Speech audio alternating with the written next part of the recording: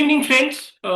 Respected speaker, our in absentia chairman of Direct Tax Committee, Vice Chairman of Indirect Tax Committee. We welcome you all. Myself, C.A. Rajesh Agrawal, Regional Council Member of WARC. I am delighted to be your host for this session. Important and insightful virtual session on direct tax applicability on LLPs, including effect on conversion of LLPs, organized by Direct Tax Committee of ICI. To bring clarity and efforts insights on complex tax matters that impact various stakeholders. We are overwhelmed with your huge response. Thanks to all participants. And I also thanks to our esteemed speaker for accepting our invitation. Sir, this is very important topic with respect to our profession. This is highly relevant subject to in the current professional landscape as LLP continues to grow in popularity for business restructuring and conversion related complexities often challenge practitioners. Today's session will definitely cover direct tax implication for LLPs, key consideration in the process of conversion to LLP, relevant interpretations and compliance framework. And most importantly, we as a chartered accountant can definitely consult to our clients in restructuring. This session promises not only to simplify this complex topic, but also equip us with clarity on the subject, courtesy of our expert speaker, CA Dr. Vijay Narayan Kevalramani sir, who will be walking us through this intricate landscape. Thank you, sir.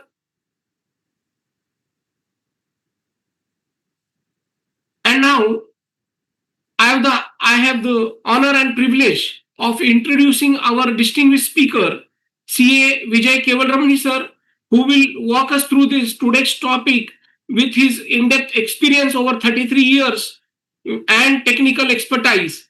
He is a recognized name in tax education and consultancy with extensive knowledge of direct taxes implications in modern business structures, including LLPs.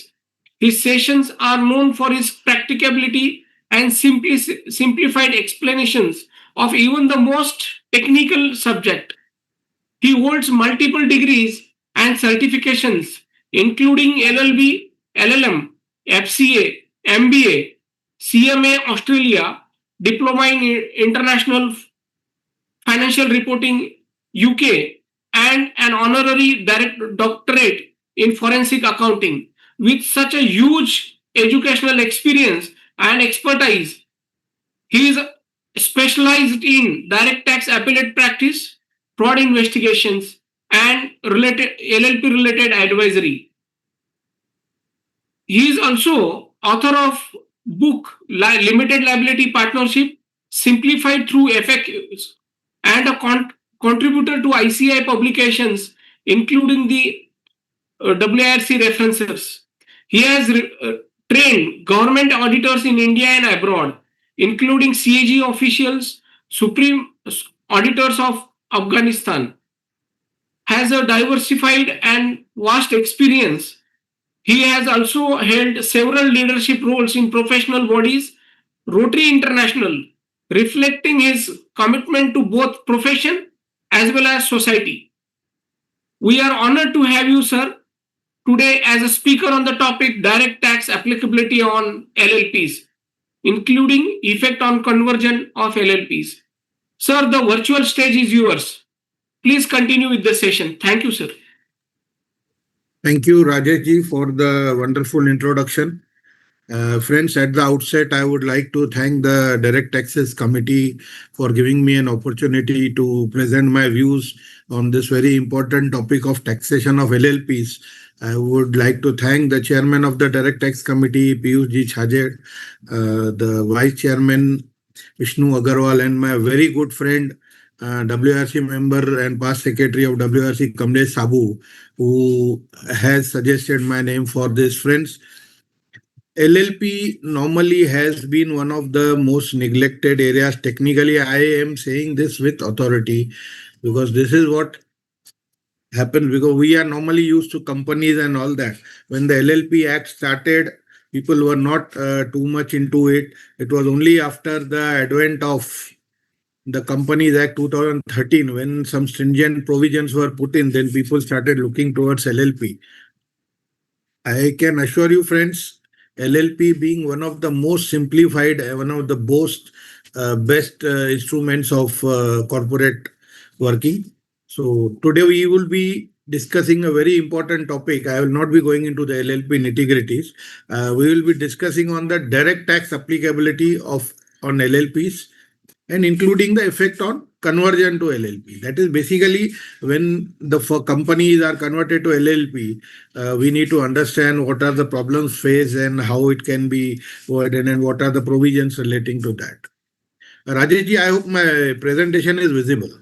Yeah, visible and voice is also very clear, sir. No problem. Okay, thank you, sir. So let us start, friends. What I would just give you a brief of what I would be covering in this topic. Taxation of LLP under the Income Tax Act 1961. Taxation effects on conversion to LLP. Important judicial precedents, also time permitting, we will see how it has impacted over the years.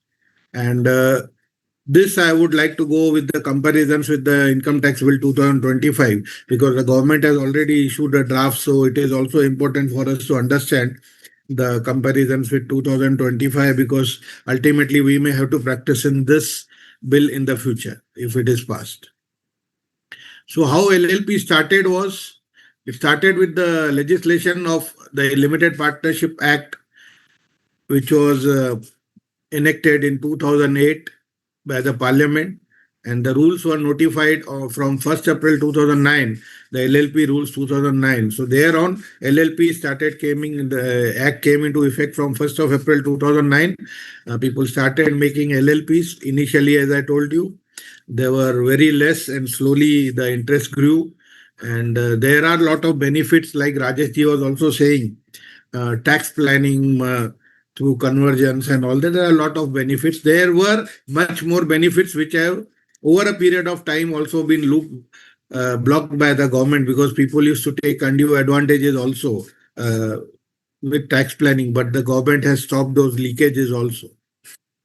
So let us start with the salient features of LLP. I will just take 5 minutes over here before going to the main topic, because it's important to understand what an LLP is, especially for the new chartered accountants who have not worked into this field. So LLP gives you the benefit of a company as well as a partnership. So it's a midway between a company as a partnership. Company has got certain rules, certain policies. Partnership has a different role. So it gives you a midway and takes the benefits. I repeat, they take the benefits. It gives you a separate legal identity, which normally is a debatable issue, as in case of a partnership firm, until you have a registered and all that. So here the LLP will have a separate legal identity. It has perpetual succession like a company. Unlike a partnership, when the partnership goes below 2, you have to wind up the partnership. Here, you will have time of 6 months to add a new partner from the date of death or withdrawal of the last partner. So there is a succession to it. The liability is limited, as the name suggests. Unlike the unlimited liability which a normal partnership has, the partners are liable unlimited for their acts. Even for other partners, they are liable. So here the liability is limited, restricted to your contribution, except yes, in certain cases where the mistake or the liability arises because of the concerned partner. So their liability may not be unlimited, or some other liability which we will see. Minimum of 2 partners are required, and there is no maximum limit on number of partners. Again, this is a breakaway from the Partnership Act, because in a partnership, you need 10 partners for a banking company, 20 for a maximum limit is 20 for a normal partnership.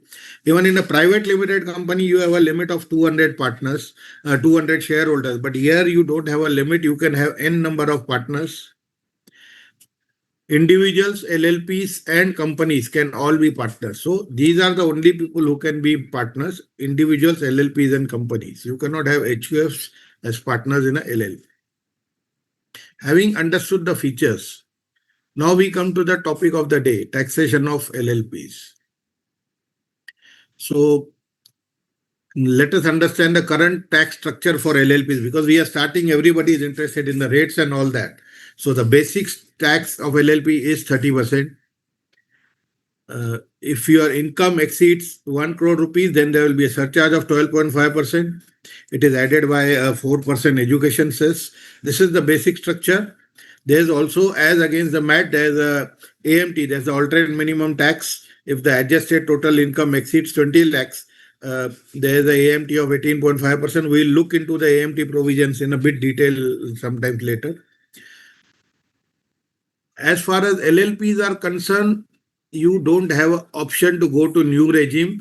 It is only a single rate. Multiple rates, as if in a company they are not there in a LLP. So the new regime is not applicable to LLPs.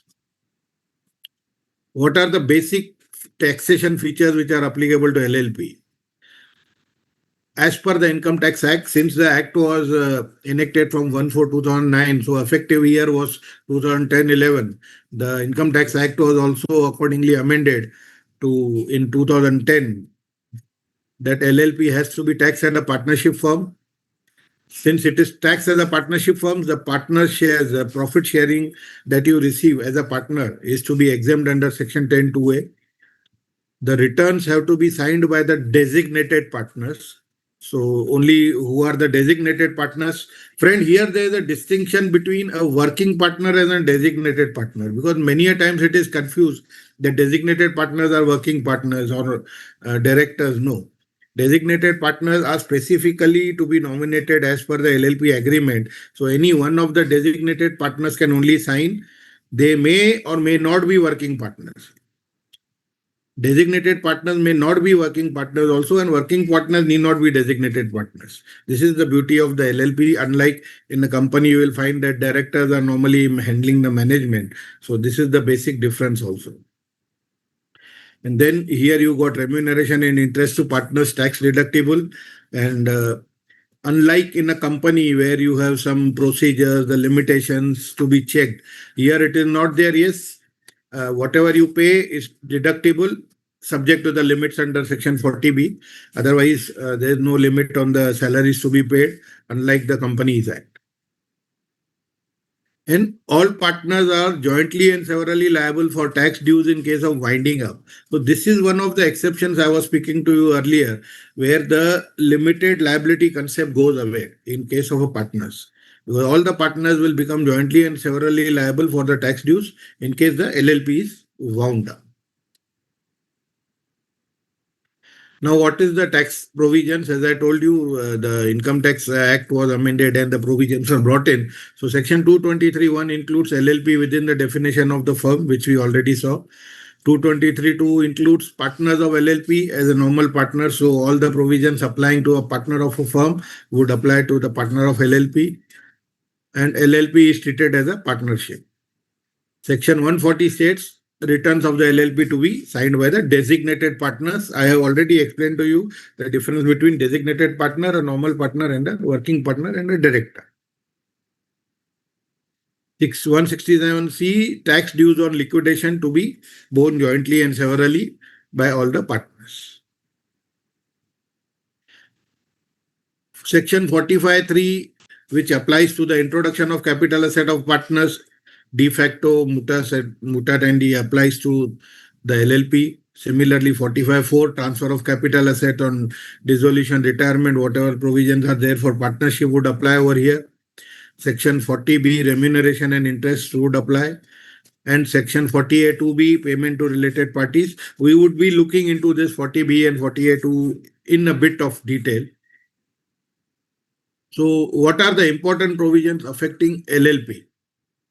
First is salary and remuneration, which I said, Section 40B, which we were just discussing.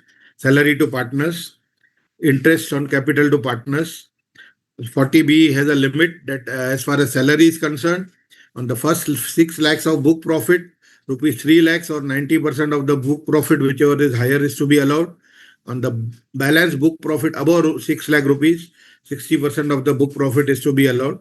This is the basic condition under 40B. Then what are the conditions for remuneration to be allowable under 40B? I have just prepared a chart. Like working partner requirement, only individual partners actively engaged in business affairs. Now, by individual partners, here we may need a clarification that companies may appoint nominees. So they can make those nominees also as working partners, but it has to be specifically written in the agreement. And in case you do not comply, that it is not mentioned in the agreement, then 100% of the remuneration may be disallowed. But if you mention it, then the 40B limits will apply. As I said earlier, LLP agreement authorization is mandatory. So clear authorization has to be there in the LLP agreement, preferably with the quantum. You should not write that as per the section 40B qualification, which normally we write in a partnership form. This is wrong. You have to clearly mention working partner A would get X amount, B would get Y amount. Because if it doesn't fall within that limit and it is disallowed to the LLP, it would also not be taxed in the hands of the partners. So please be aware about that. So it may lead to, if you, and moreover, if the LLP agreement is silent, that amount may not be allowed under 44B.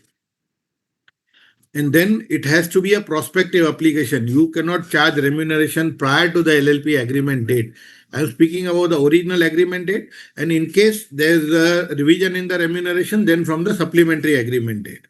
So retrospective payments are not allowed. And then ceiling compliances within the prescribed monetary limits, as I told you, under 40B, it will be allowed. But if you pay excess also, it's not a problem. May not be allowed as a deduction to the LLP, but that amount will also not be taxed in the hands of the partner. And as far as interest on capital is concerned, again, that has to be clearly authorized by the LLP agreement. It is a mandatory provision that the LLP agreement must state that interest will be paid. This interest can be paid either on the partner's capital or on the loan to the partners. Normally, we take a standard loan of 12% simple interest. If it increases in the future, you can take the higher rate. But as of now, maximum 12% per annum simple interest is allowed. The excess rate will be disallowed. Only simple interest would be allowed, not compound interest. And period restrictions, there is no restrictions. If you have taken loans from prior periods also, post the formation of the LLP, you can pay interest on those amounts also. That would be allowed. So, related party 40A2, disallowances of excessive payment of related parties. Whether you have to check whether the payment exceeds the amount that would ordinarily be paid between the unrelated parties with the amount that you are paying to the related parties. If you find that it's not at arm's length, then the excess may be disallowed. And this is what normally we do under 48.2. I'm just trying to explain. This is all we do in our day-to-day practice in case of a firm anyhow or a company. It is the burden of proof is on the assessee to prove the reasonableness, and any excess amount would be disallowed. And the partners and their families are related parties under the provisions of the Act 40B. If you see the definition of relatives under section 56(2) would apply when you go on to check for partners and their families. So what are the transaction types covered? Professional fees to partners. So what would be the reasonable benchmark? Market rates for similar services. So you cannot pay excessive rates to partners. You may be having a tax consultant you may take the advice of a partner for tax consultancy. So whatever rate you might have paid in the normal market, that should be allowed. And then you should have service agreements as a benchmarking, because documentation has to be there on what basis you are paying. If you are paying rent to the partners, again, it has to be a fair rental value. It has to be supported by lease deeds and valuation reports. Interest on partner loans, market lending rate normally beyond 12%. is disallowed. So you have to have loan agreements and check the bank rates allowable. Commission to partners, again, it has to be as per industry standards, and you should have agreements for commission, preferably, and moreover, comparables should be ready.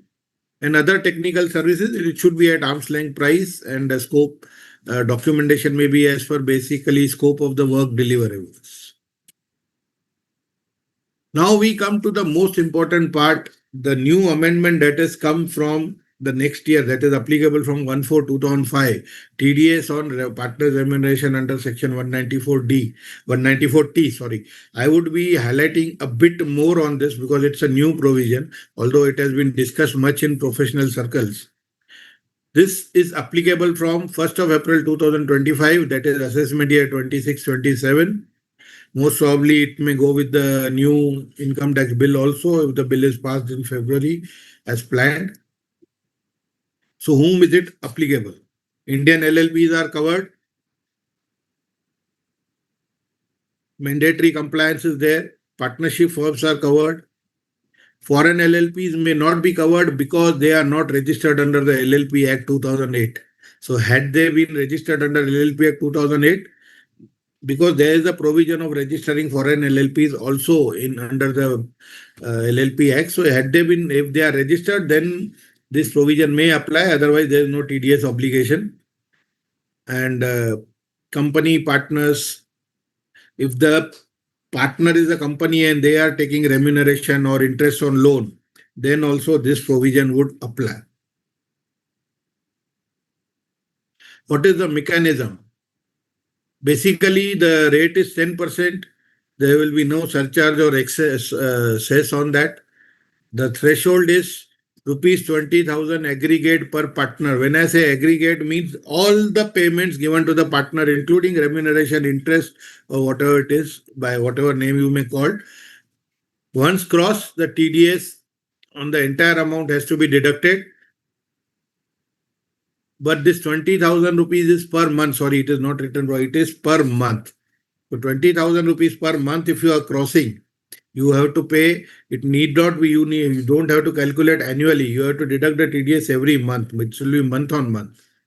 Then the timing is payment is either credit or payment. So even if you are crediting monthly or you are making payments, because many a times as far as partner salary is concerned, it is credited at the end of the year, but periodical payments are being made against that. So the moment you make a payment, you have to deduct the TDS and pay. All covered payments combined, we will see what are the payments covered. So salary, remuneration, commission, bonus, interest on capital, and interest on loan. So even it is interest on capital or even interest on loans. Now the issue may arise, why interest on loans? Because interest of loan may be subject to 194A, but 194A has specifically given an exemption to partners. So that's why it will be taxable under TDS will be deductible under 194T. You have to have this documentation ready, the LLP agreement provision for salary, remuneration. It has to be clearly authorized either by the LLP agreement or subsequent partners meetings. Commission can be performance linked, but agreement should be there. Bonus can be profit sharing terms if it is decided. Capital contribution records you already have, and loan agreements for the loans. So what are the payments which are exempt from 194T? Return on partner's own contribution. So if you are just returning, there is no interest cap amount you can pay, it is exempt. Business expense reimbursement, limited only to the actual expense that has been reimbursed. So you will need all the proofs for that, is bills, vouchers, proof of payment, must be for firm's business. You have to keep all this. Then you have to have the share of profits if you are received, because that is exempt under section 210(2)(a). So it is not taxable, but ultimately it has to be based on the profit sharing ratio as you have mentioned in the agreement. And drawings, partners own monetary withdrawal from the capital, it's as good as a capital withdrawal.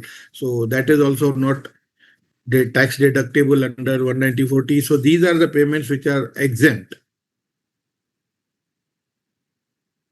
Now, whether you get a lower deduction certificate as you are claiming in others, there is no provision to give you lower deduction certificates under 197. There is neither a provision of submitting form 15G or 15H or the threshold limit.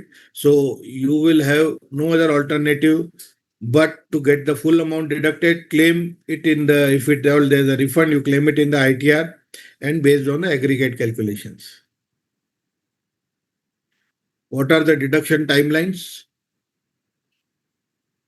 As I told you, TDS at the end of each month you have to deduct. If you are making 30,000 per month, 3,000 you have to deduct and pay.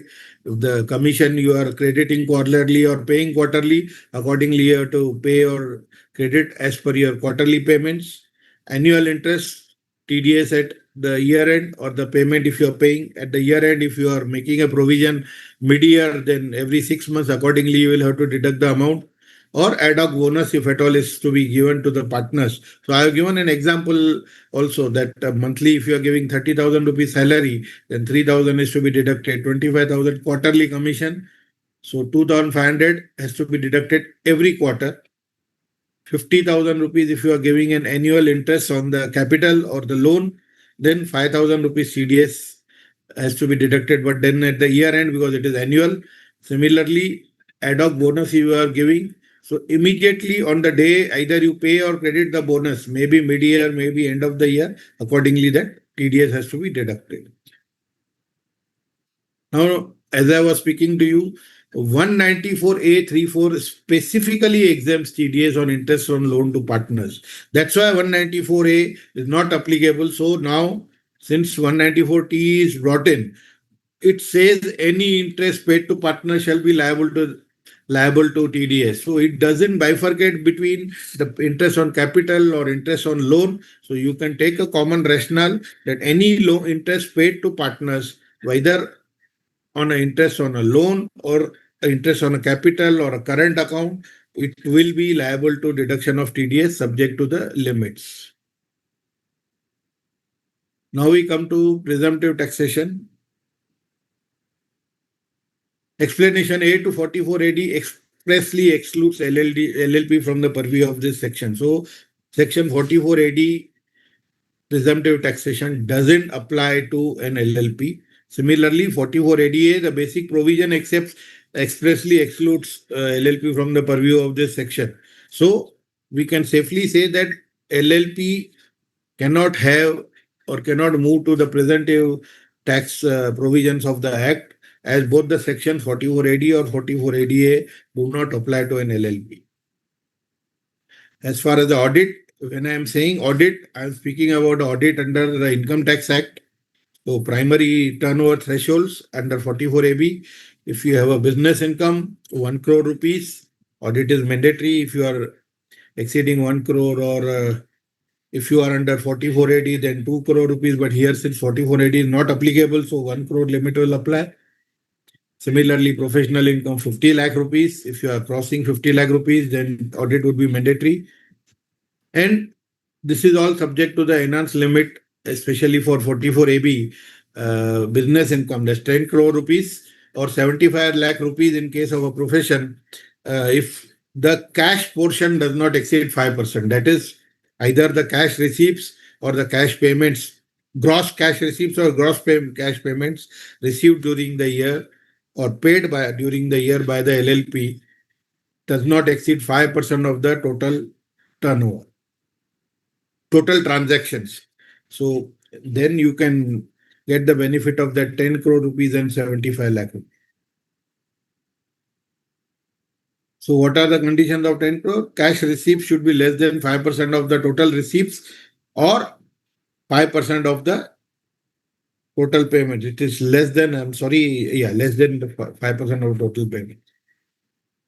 There is one more clarification that non-account pay checks or drafts shall be treated as cash. So you have to be very careful in checking that payments are made either through banking channels, that is the NEFT online banking channels, or through account pays, checks or drafts. It is important to check that, otherwise there may be problems. Now we had discussed the alternate minimum tax. So what are the AMT provisions? Section 115 JC once applies when the total income includes profits and gains of business or profession. Adjusted total income exceeds 20 lakhs. Adjusted total income means income after adding the deductions under Part C of Chapter 6A. That is 80HH and onwards. So if there is any such deduction, you have to add, and based on that, you have to calculate the adjusted income.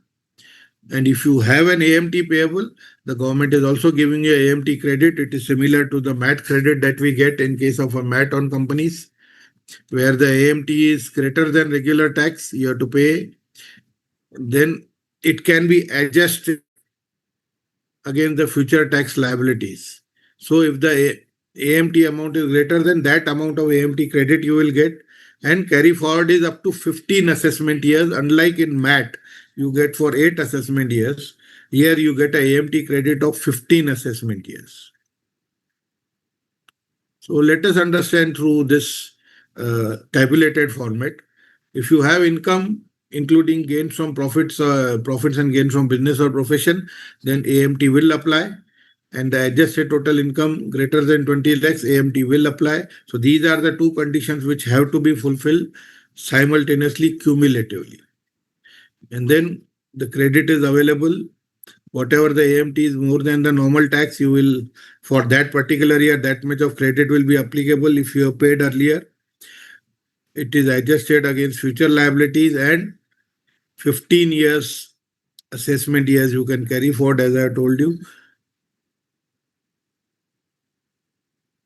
Now let us understand the impact of taxation on startup LLPs. Because friends, we have seen that many LLPs have, sorry, the government is promoting startups in a big way. The government wants people to go in for startups. So they have given certain benefits to startups also. And LLP is one of the entities recognized. For a startup, you have to be either a LLP or a company. So let us look at some of the benefits. I will not go into detail.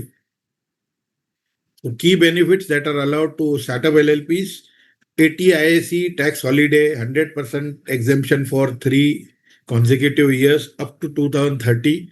What 80 IAC states is the LLP formed on or after 2016, 1/4/2016, but before 2030 is eligible for this tax holiday for 3 years. So you get 100% exemption for 3 consecutive years if you form it now up to 2030. Then in the last budget, we have all seen that the angel tax is abolished, and regulatory compliance, which is the procedures are simple. Startup can be taken only for selected avenues that the government has defined clearly in ATIAC. Plus, you have to obtain the approval from a government agency, and you can start a setup. The procedures are very simple and not that difficult. So these are the benefits that you have on a startup. Now we come to the most important thing, taxation impact on the conversion to LLP. What are types of conversion? First, we need to understand, friends, it has happened that after the LLP Act, especially after the Companies Act 2013, there have been a lot of conversions. We had seen one big group converting 225 to to 225, creating 225 LLPs in a single day. And they were tax benefits, as I told you. People were taking benefit of that. Initially, the restrictions were not there. The government had brought in Section 4713B, which was introduced in 2010, uh, simultaneously with the other provisions pertaining to LLP. Then people started taking advantages of some of the loopholes, which were slowly plugged in by 2016. So in the 2016 amendment, we can see that the loopholes have been plugged. So some benefits which were available earlier are not available. However, the benefits are still there. Let us see what are the benefits. What can be converted actually? Partnership formed to LLP can be converted as per second schedule of LLP Act. A private limited company can be converted to LLP as per the third schedule of the LLP Act. Public limited company can be converted as per the fourth schedule of the LLP Act. And the LLP can be converted to a company under Section 366 of the Companies Act 2013. What is the tax effect on conversion? Normally, since it is conversion, there are other provisions like capital gains and all may apply. There are judgments we will discuss later. But government has specifically brought two sections. One is 4713, which was already there in the statute for the firms to be converted to LLP. So those similar provisions will apply to LLP, firms to be converted to company. So LLP converted to company, the similar provisions would apply. 4713, I'm not going into those. I am going specifically into the effects of companies, that is private limited companies and public limited companies being converted to an LLP. So section 4713B laid down six conditions as of the act of 2010, which I told you it was brought in 2010. Subsequently, there were advantages, there were planning was done. I would not say people were taking advantage of tax planning. So subsequently, the seventh condition was inserted in that, which made it all the more difficult. And moreover, there were conditions on 56 to be also. So with these restrictions, those tax planning got a bit tighter. But yes, you can still do some tax planning based on this. So what are the conditions? The Act says that if you fulfill all the seven conditions, please mind you, it is not any of the conditions. You have to fulfill all the conditions listed in section 4713B. Then the conversion would be exempt from capital gains. Otherwise, the consequences are the amount that the LLP that is converted may be liable, means the company that is converted may be liable to capital gains tax, and also the shareholders who are becoming partners in the LLP shall also be liable to capital gains tax. How? How is very simple that you are converting and transferring. So, in case you have a mark based on the 50D concept of fair market value, the difference between the fair market value and the book value would be considered as your taxable amount. Similarly, the issue is when you speak about the partners, the shareholders becoming the partners, the fair market value of the share that you get at the date of conversion vis-a-vis the tax, the amount that you have invested while taking the shares, while purchasing the shares, while owning the shares, the difference would be taxed in the hands of the partners as a capital gains. So please take care. I would be highlighting these things time and again because it is very important that we follow all the seven conditions. So let's understand what are the seven conditions. This is what I had already told you. It's being written now. All conditions have to be satisfied. Non-satisfaction of even one condition may result in the withdrawal of exemption. So what are the conditions? The first two conditions you need not worry because even the third schedule and the fourth schedule of the LLP Act states all these conditions. So without that, you cannot anyhow convert. So they would be done. All the assets and liabilities of the company immediately before the conversion become the assets and liabilities of the LLP. So as on the date of conversion, whatever the assets and liabilities were there in the company have to be transferred to the LLP. You cannot say we are withdrawing this asset or this asset is being given to XYZ. No. Whatever you want to do, you have to either record the transfer before the conversion and then you do the conversion. But as on the date of conversion, you cannot say that we will record only these limited assets or limited liabilities and the remaining will not do. They may be taken or adjusted by the partners. It is not allowed. All the assets and liabilities as on the date of conversion listed in your balance sheet of the company, be it a private limited company, be it a public limited company, shall be transferred to the new LLP. Now, this second condition, all the shareholders of the company immediately before the conversion become the partners of the LLP. So all the shareholders have to become partners. It cannot happen that there are 100 shareholders and only 99 become partners and one says I am moving out.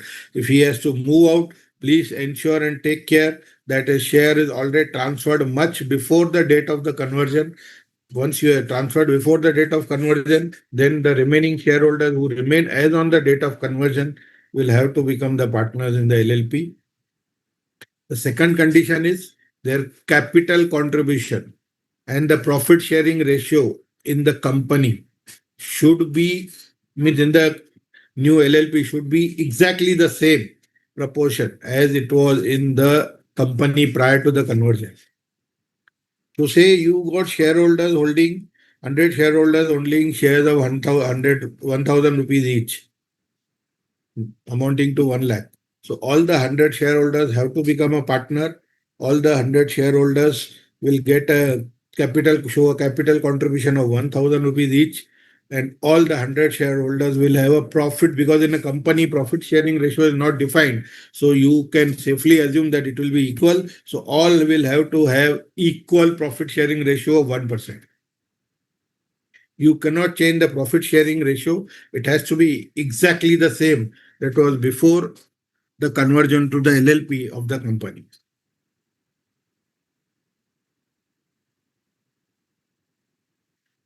The next condition is the shareholders of the company do not receive any consideration or benefit directly or indirectly in any form or manner other than by way of share in profit and capital contribution in the LLP. So once the shareholders become the partner, their account, or they should not get anything extra over and above what their share is. Their account should be credited only with the amount of the contribution, and their profit sharing ratio, as I told you earlier, it has to be equal. They cannot say that, okay, we change the profit sharing ratio, somebody will have a more profit sharing ratio and somebody would have a lesser profit sharing ratio. At the time of conversion, this cannot happen. So you have to take care. The shareholders of a company who become the partners in the LLP cannot take any benefit directly or indirectly in any form or manner other than by way of share in profit and capital contribution in the LLP. The fourth condition, aggregate of profit sharing ratio of shareholders in the next 5 years. Now, this is a condition post conversion. Earlier three that we have received is the two were pre-conversion, one is on conversion, and this is a condition which is post-conversion. It says that in the next 5 years after the conversion, if there is a change in the partners, new partners are being brought in, then the original partners, means the persons who are the shareholders in the company, should have at least 50%. So you have to maintain that 50% shareholding even after transfer of a share of some of the partners. Maybe some partners are moving out, or you are adding new partners for, say, if it is a real estate firm, so you get a new partner to finance, and or somebody is coming in with a land for redevelopment, you make him a partner. Then you have to ensure that the profit sharing ratio that you give to that person would not be more than 50%. It has to be 50% at the max. So you have to take care the profit sharing ratio of the shareholders will not reduce 50%. And this condition, mind you, is restricted for 5 years. It is not that today or tomorrow it just happens. You have to take care that it happens for the next, over the period of the next 5 years from the date of the conversion. Even there are consequences that even if you don't follow, say in the third year or in the fourth year or even in the fifth year, you fail to fulfill this condition and you add a partner with more than 50%, then you will lose the benefits, which we will see later. What is the harm in not fulfilling the conditions? Now, friends, this is another important part. The total sales, turnover, or gross receipts in the business of the company, that is prior to the conversion. Again, this is the pre-conversion criteria. There are 4 pre-conversion criteria. So prior to the company, in any of the 3 previous years, please mind that it is any of the 3 previous years. Preceding the previous year,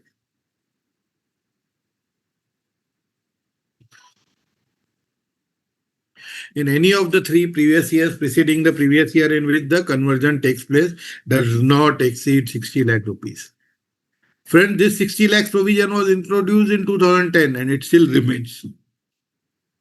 And I would like to inform you that 60 lakhs amount has been continued in the new income tax bill.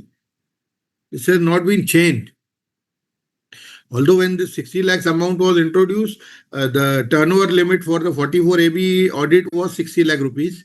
But then over a period, the turnover criteria for 44AB has changed, but the 60 lakhs is not done. So it clearly shows that the government doesn't want more and more companies to be converted as LLPs. It is basically wants it to be restricted to smaller companies and not big companies.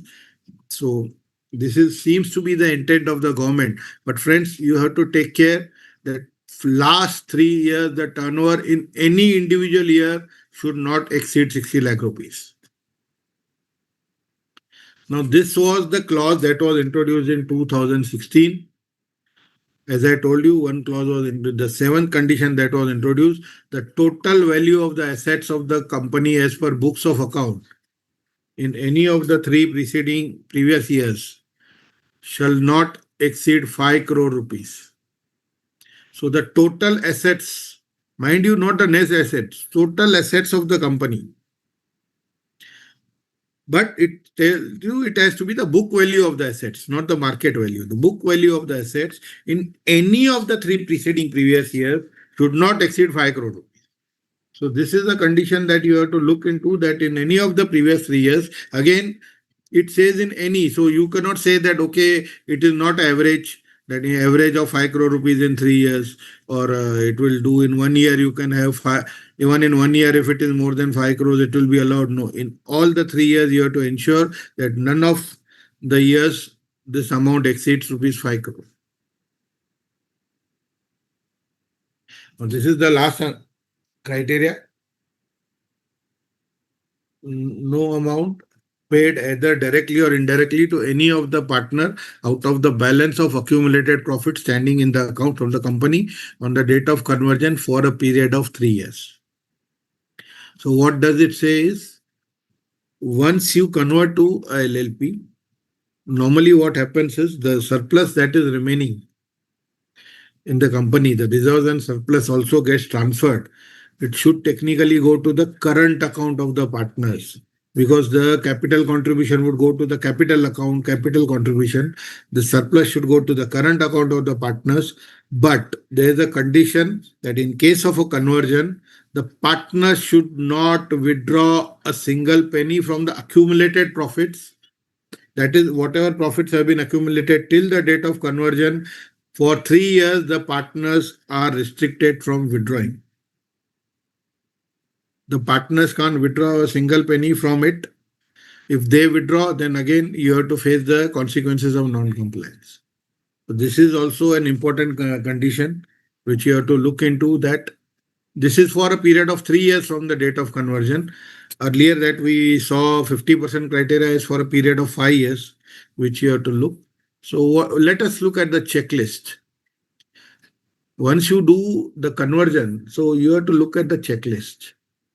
I have just prepared a brief checklist what you have to check. Whether all the assets and liabilities have been transferred.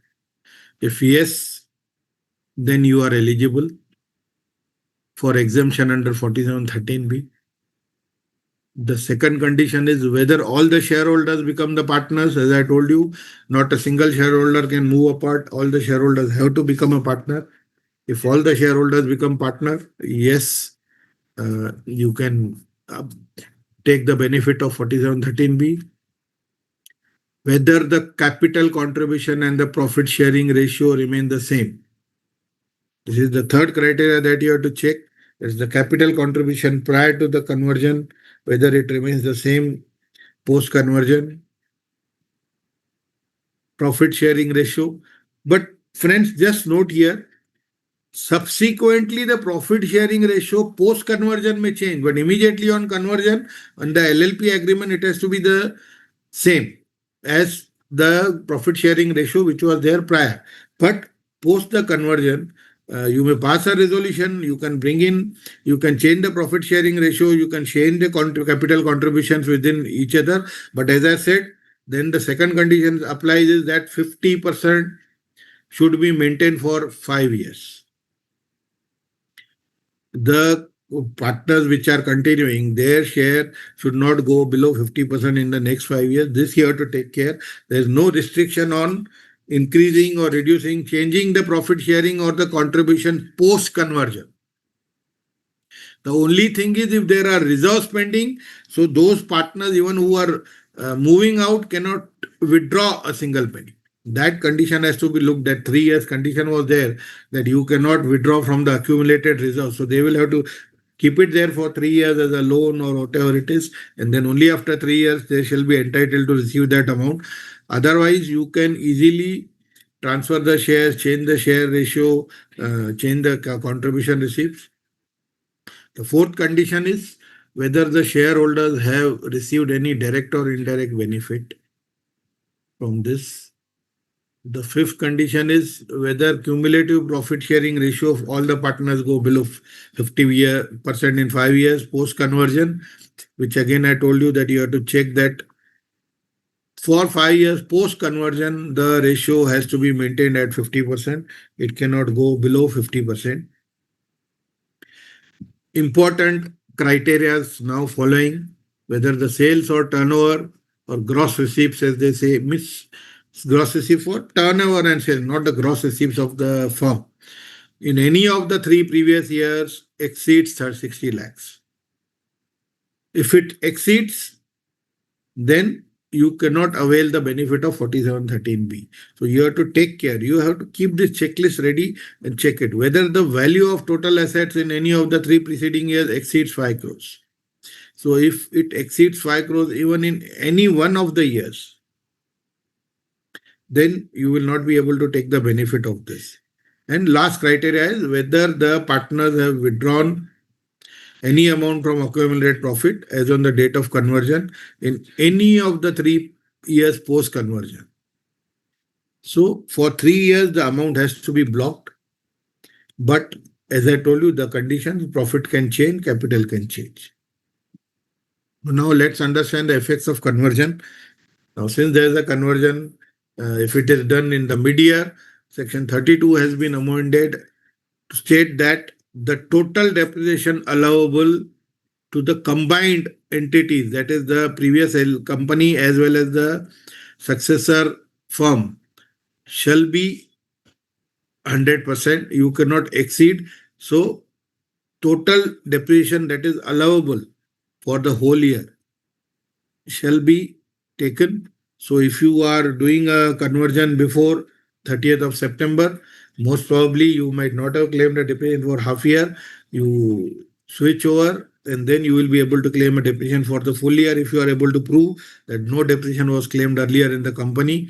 But if you claim a depreciation in the company under section 32 while filing the return of the company at the year end, then the remaining amount only you are eligible to claim. If you claim the full year depreciation in the company, then you will not be eligible to claim any depreciation in the LLP for the first year or in the year of the conversion. So what it says is the depreciation allowable to the predecessor company and successor LLP shall not exceed the depreciation at the prescribed rates as if the conversion had not taken place. So for the year of conversion, it will, for the purpose of depreciation, it has to be taken as a cumulative provision and cumulative effect. You cannot bifurcate and take dual benefit. It is just given to check out that you don't take double advantage. Then 115JAA7 has been inserted that if you have MAT credit outstanding in the predecessor company, then you lose out on the MAT credit. That credit will not be adjustable. Friends, if you remember, we have provisions relating to AMT 115JC and 115JD, which gives you a credit of AMT. But this MAT cannot be adjusted against that. The 115JAA7 clearly states that if you have MAT credit outstanding, you have to do a tax planning when you are doing. As I said, when you are planning for the conversion, you have to first checklist for the conversion. Then you have to see these provisions that if you have MAT credit outstanding, you just check out that the MAT is first utilized fully, and then you may convert. Otherwise, you will lose out on that MAT credit. Or if you feel that anyhow the MAT credit period is expiring and you may not be able to take the benefit of the MAT credit and it is a loss one, then you can do the planning and you can convert it to a LLP. So this is how it is very important to plan while you are doing a conversion. This helps in the tax planning. 4913E has been amended to provide that in case of a conversion of a company to LLP, the cost of acquisition of the successor LLP shall be deemed to be the cost of acquisition of predecessor company. So since the anyhow, if you see, everything has to be transferred at book value without a valuation, means and not at the fair value. So they are allowing a logical reasoning that the cost of acquisition to the original owner. This is similarly the provision in 56(2) and all that we have. The cost of acquisition to the original owner shall be the cost of acquisition to the predecessor successor LLP. This you have to take care. You cannot take the fair market value as the cost, because again, see, these are the provisions brought in to avoid taking benefit of loss of revenue. Means it is to avoid the loss of revenue to the government, because if you take it at the fair market value and the government is giving you exemption under 4713B from capital gains, then the government is losing. So they want to take care of that. They have ensured that the cost will be the original cost, so that whenever you transfer or relinquish the property or the asset, you have to pay the full tax. Similarly, cost of acquisition of rights of partners shall be deemed to be cost of acquisition of shares of the company prior to conversion. Friends, these are all provisions applicable if you comply with 4713B. If you fail to comply with 4713B, I am sorry, these provisions, so then the cost of acquisition would change, because anyhow you will have to pay, as I told you, as far as the shareholder is concerned, you have to take the fair market value as on the date of conversion of the share, and then whatever shares you have acquired at say X value, and you are transferring at X plus Y or X minus Y, that profit or loss will be adjusted and you have to take advantage accordingly. 35 DDA has been made in case of you are doing expenses, that is the VRS expenses given to employees, and something is remaining, so that would continue. If you are made VRS payments, which is say deductible, tax deductible amortized over a period of 3 years, then that amortization would continue. So in case you have claimed 60% of that and 40% is remaining and you convert to a LLP, so the LLP would not be deprived because the business continuity is there. It is only the status that you have changed of the entity from a company to a LLP. The business is continuing, all the other things are continuing. So you would take the benefit. They allow you the benefits of a carryover, which is an advantageous position. And again, this provision DDA 5 is been added that in case the conversion is mid-year.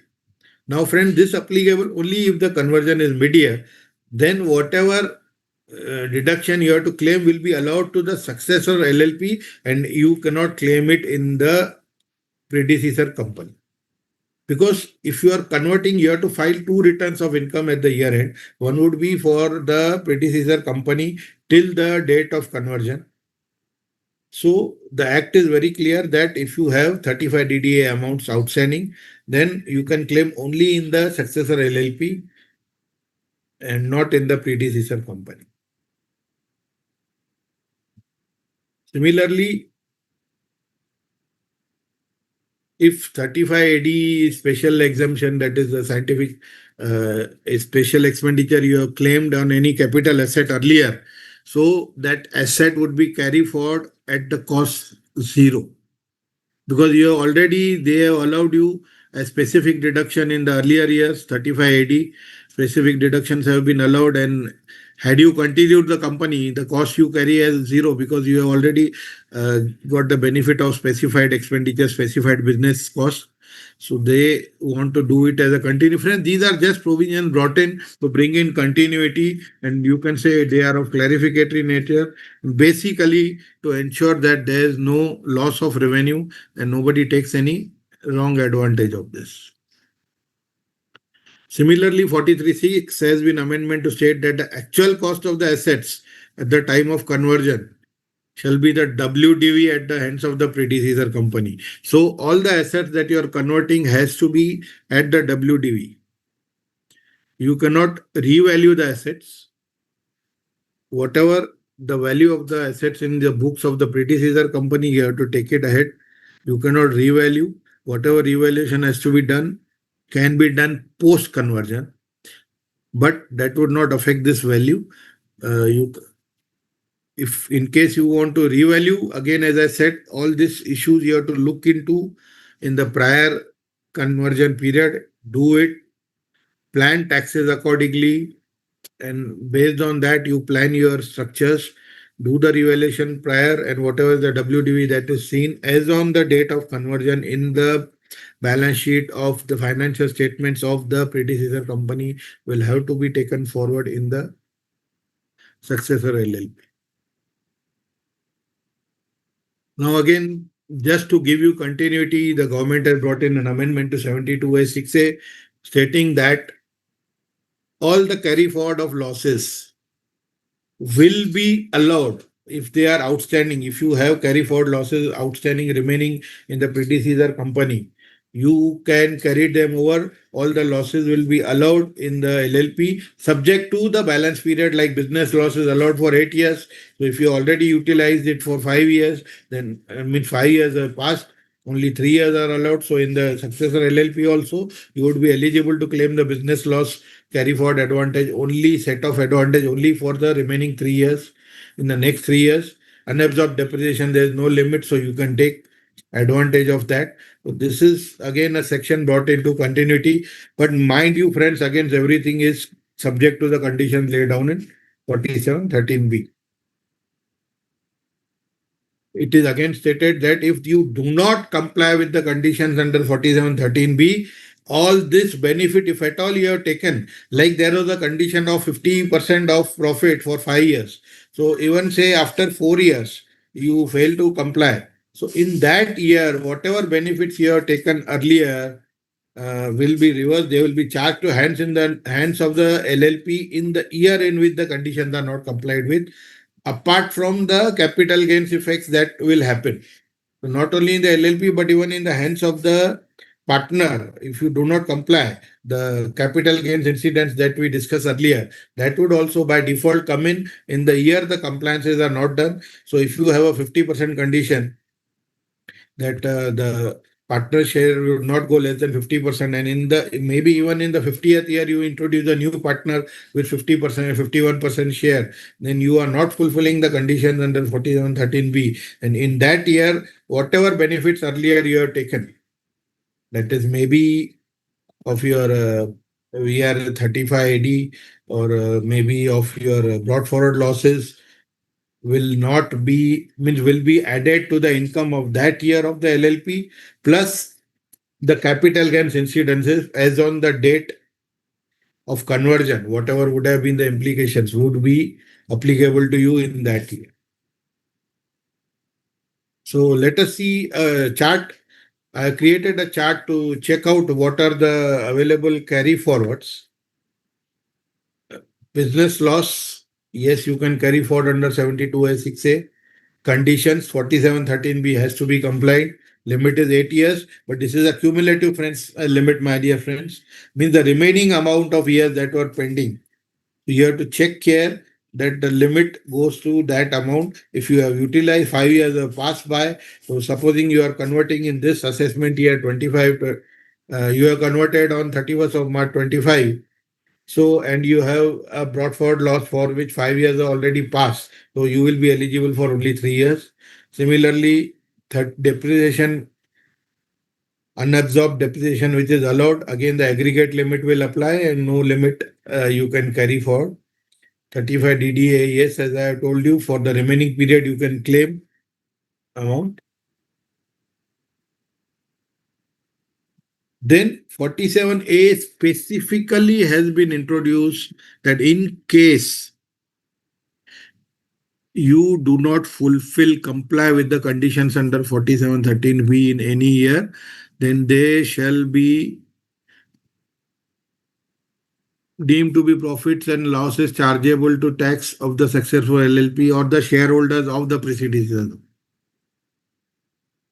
So they would be clearly chargeable to tax in the year in which the compliance is not done. So please take care. There are only two conditions you have to maintain for 3 years and 5 years. Three conditions basically. Look into that. Do not withdraw any amount, or maybe partner shares ratio should not be changed for 5 years. Now we look into some important judicial precedents. The taxation of LLPs have gone through a lot of judicial scrutiny at various levels. We have had AAR rulings, we have had ITAT for various benches, High Courts of Bombay, Madras, and Karnataka, and Supreme Court also had a limited but precedent scrutiny. They had just given some guidance. So, friends, we start with the oldest of the judgment, that's Saxon Engineering and Manufacturing Works. This actually is applicable because earlier, if you remember, under the 1956 Act, there used to be a Part 9 conversion of firms into companies. So if you had a Part 9 conversion, this case company and the officer wanted to tax it. So the High Court, Bombay High Court has given a judgment that since the conversion is a mere change of form, not so it is not transfer between entries. Now this judgment is in relation to the section 4713, not 4713B, friends. Please note, because I will come ahead to certain contradictory judgments and the rationale behind that. So conversion is mere change of form, not transfer between the entities. No consideration. So since there is no consideration that was given, so it negates the capital gains because they have just transferred at book value from one entity to another entity.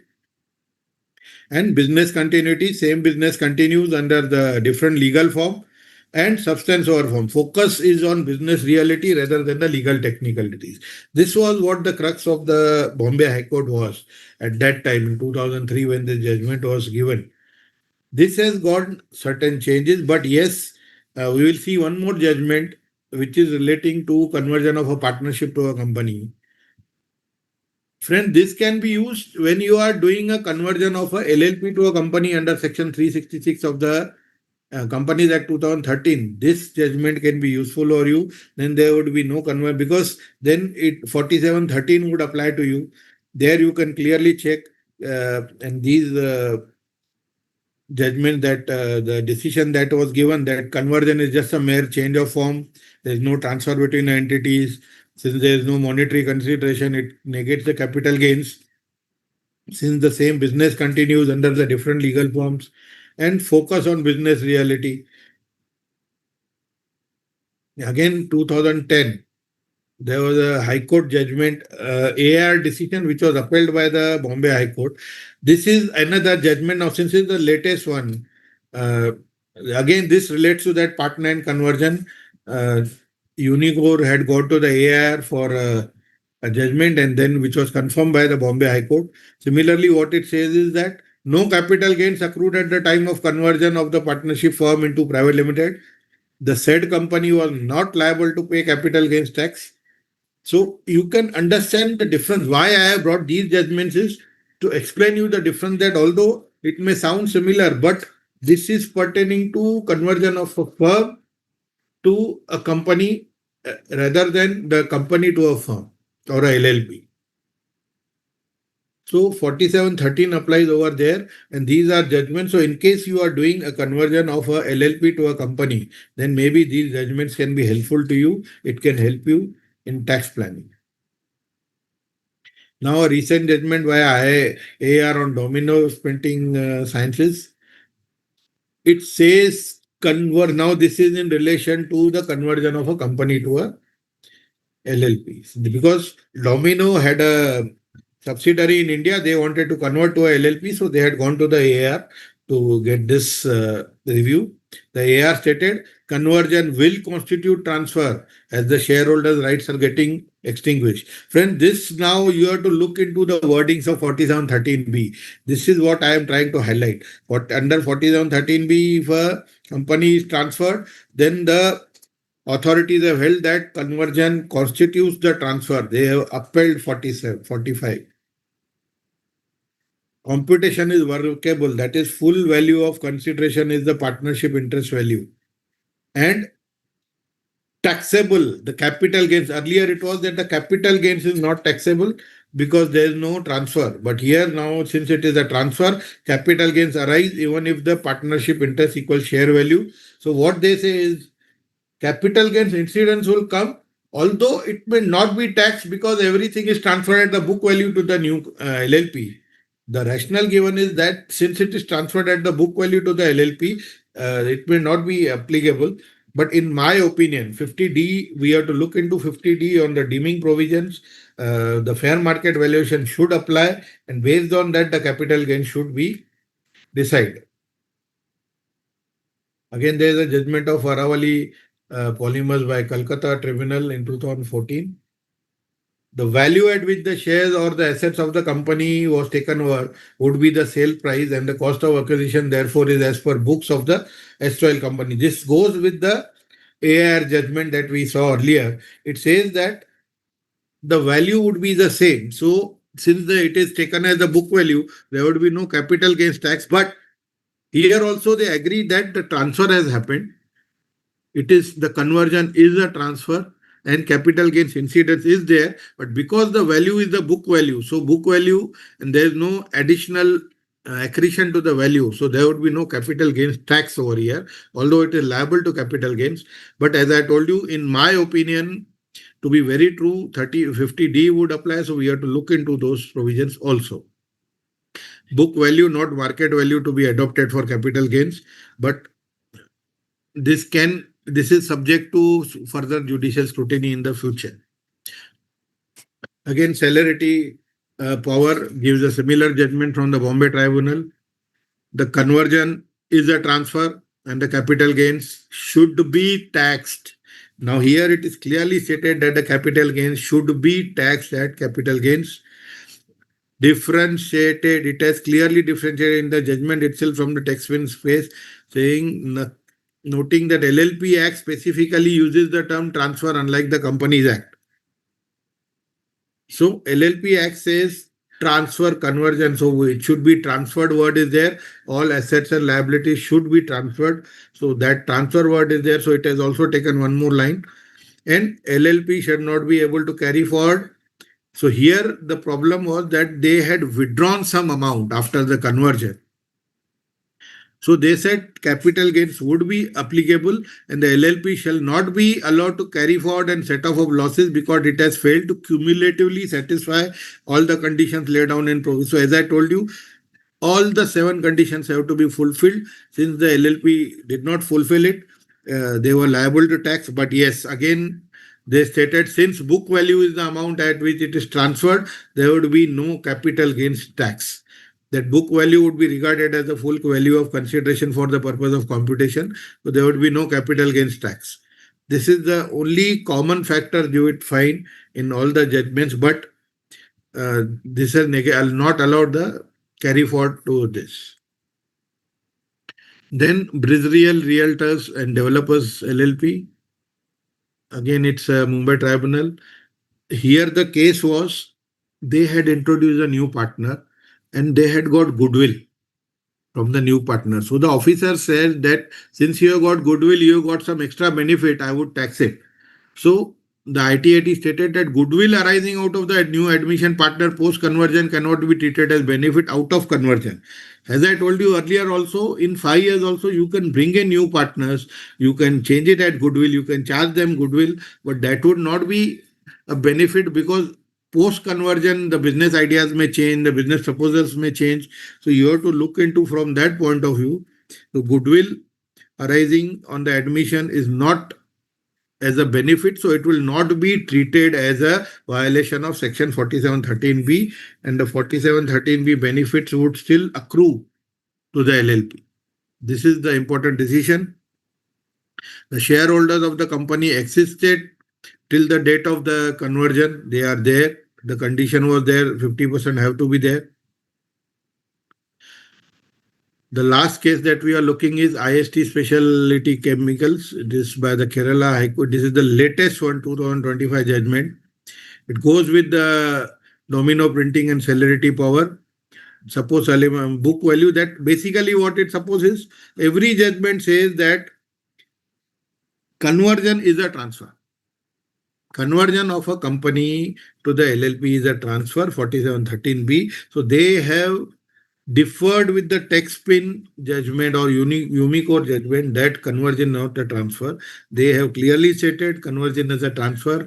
Capital gains incidence would apply in case the 4713B is not availed, means it is not complied with, but then they have got one step ahead and they have stated that book value should be the value on which the computation should be done and not the fair market value under 50D. So let us do some contradictory analysis on substance versus form. First was part was tax pin, and the second was dominoes and the other judgments, firm to company and company to firm. What the firm to company, the judgments have stated is substance over form. What is the substances? There is a conversion, the entity remains the same because all the assets and liabilities are transferred, all the partners become the shareholders because 4713 also lays those conditions. Then there's a business continuity and there's no consideration principle is given because they state that since it is the same entity, there's no consideration.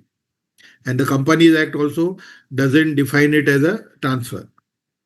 Whereas in case of 4713B from company to firm, the courts have distinguished, the authorities have distinguished, stating that you have to look at the legal form. The legal form was a company, now it has become an LLP. The LLP Act says that all the assets and liabilities are transferred. So the word transfer is there. They go with the word transfer. The rights of the shareholders have extinguished on the date of conversion and they have become partners. They get new rights. So since they get new rights, you cannot say that it is a continuity. And similarly, then it becomes a deemed transfer under the provisions. Now, lastly, I would come to the comparisons with the new income tax bill 2025. Friends, practically all the provisions that we have gone through today, they are all available in the new income tax bill as it is, only the clauses and the section numbers have changed. It is practically all available. As I told you earlier, the criteria of 60 lakhs for the turnover, the criteria of 5 crores for the asset, everything is written. All the 7 conditions under clause 70 ZE have been mentioned. They have continued.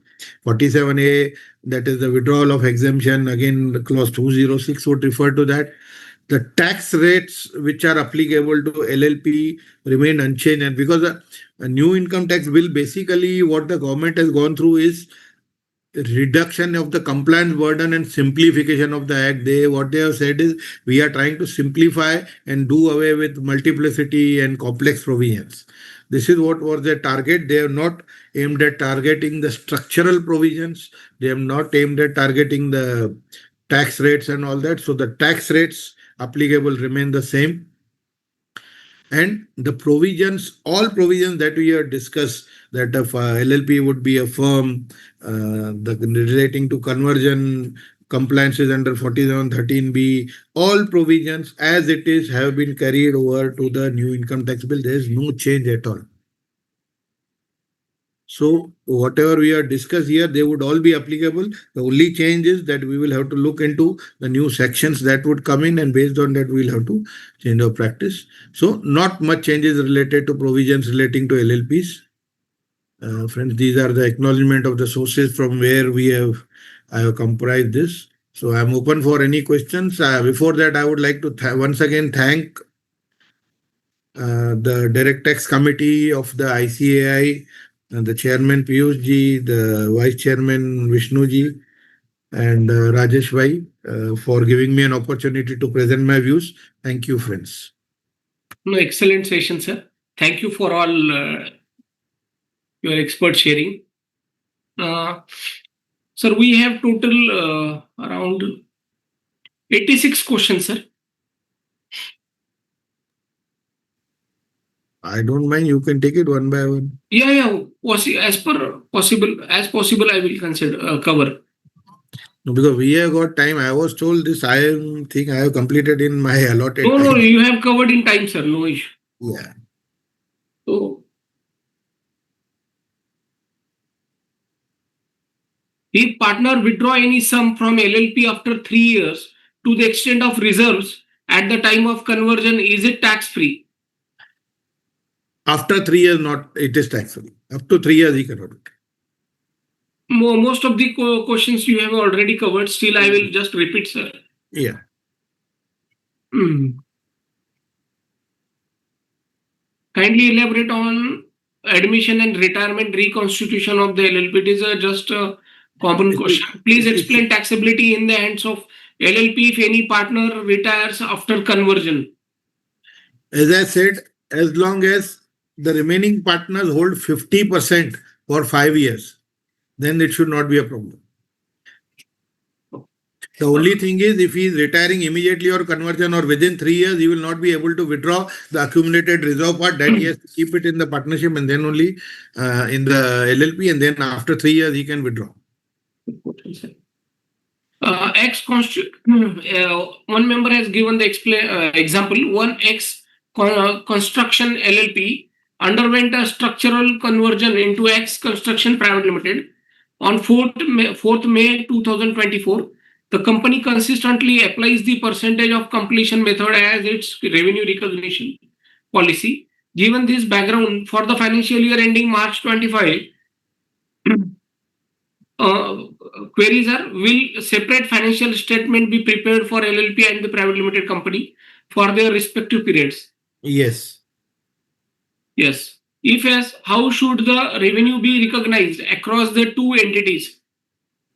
That they have to decide on the proportionate period based on project completion up to the date of the conversion and post conversion. Okay. Thank you, sir. In case, next query, in case the LLP is a subsidiary of a holding company on which Ind AS is applicable, then for the standalone financial reporting of the LLP, whether non-Ind AS standards are applicable or only Ind AS are applicable. As far as LLP is concerned, Ind AS is not applicable technically until they go for the consolidated one. Which the entity is preparing for the consolidated purpose. Also, Yeah, in case Ind AS standard is applicable, then whether the same are relevant for income tax audit purposes.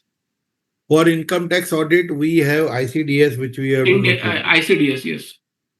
Next query is, sir. 5 years after the conversion of a private limited company to LLP, it wants exit of existing partner. Do we need to consider assets at book value or fair market value?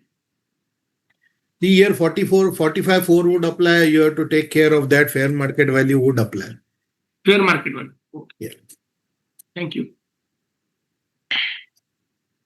If LLP convert, next question, sir. If LLP converted to private limited company, say LLP was for 1 month and private limited for 11 months in financial year, so in which case ITR will be I think this is a repeat question. Yes.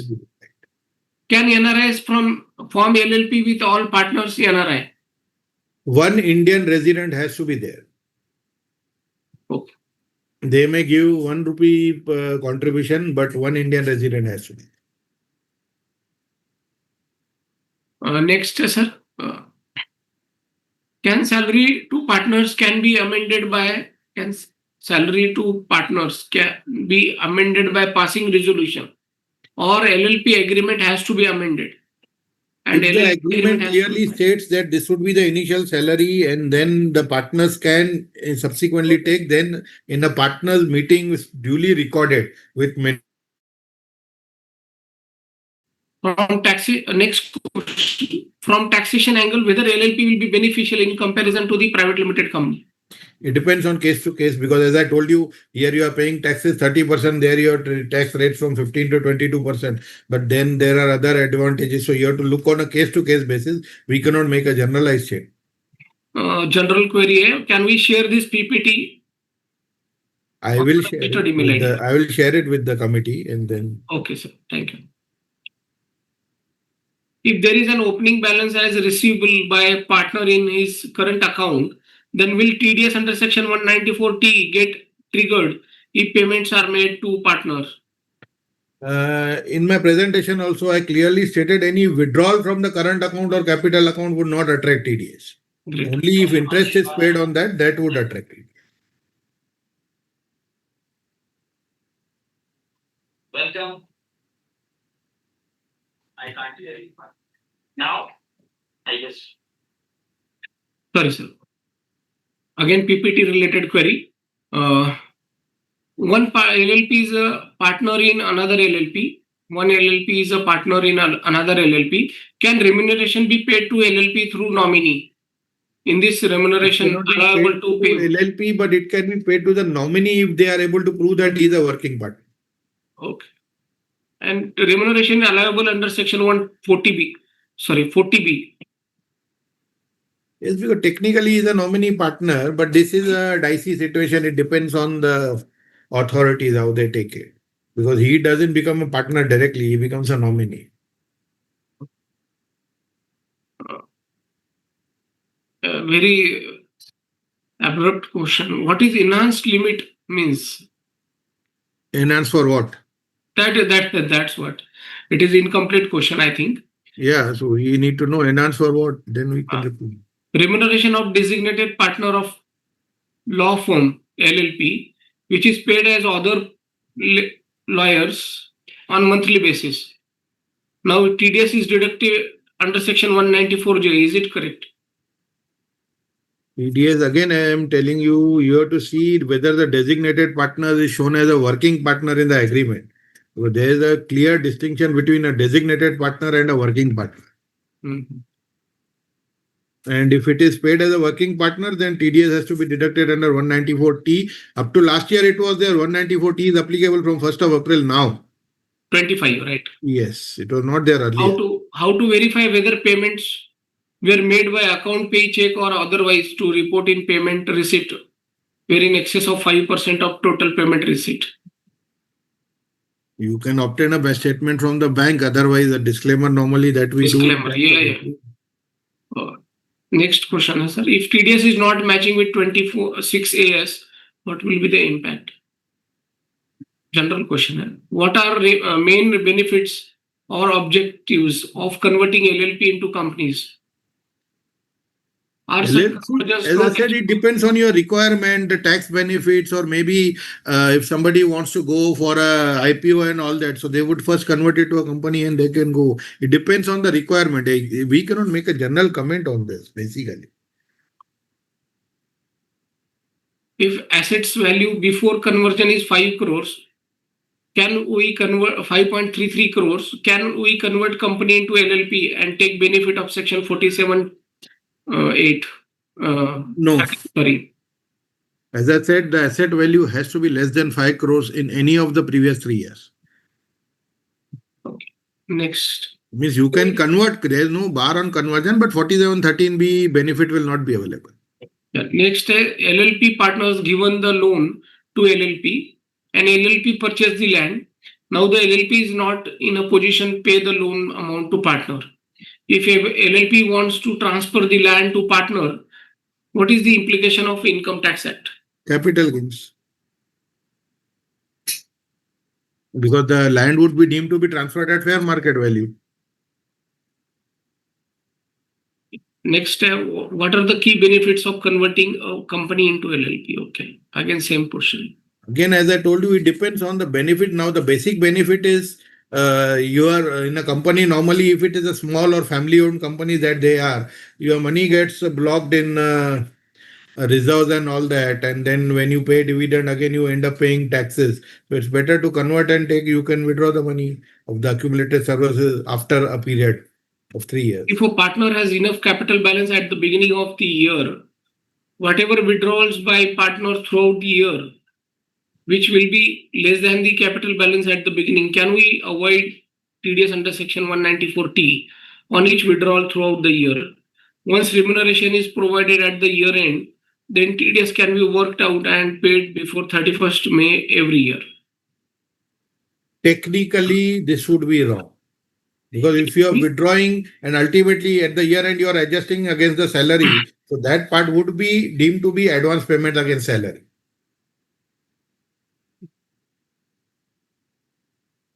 It is, I think, credited to the capital account. Some wording is like this of section. No, that is year end is crediting. Na? So Yes, yes. ultimately you are adjusting against the withdrawals against the salary na, in the year Right. end. Right. So So the you mentioned provision that says even a payment or public, credit, whichever is earlier. yeah, you mentioned that even a public limited company can be converted into LLP. What are the feasibility issues if such public company has lakhs of shareholders? In case of foreign Public limited companies, only unlisted can be converted. Listed companies cannot be converted. in case of foreign shareholders, whether they can also become partners. Yes. Uh, Again, member has repeated second time this query. On conversion, whether title deeds of immobile property will be changed in revenue records. You have to go and then again you have to take the advantage of tax pin and speak with the revenue authorities. Otherwise, depending on state to state, otherwise normally like in Maharashtra, they may give you some concessional rate. They may charge you for registering the property in the name of LLP.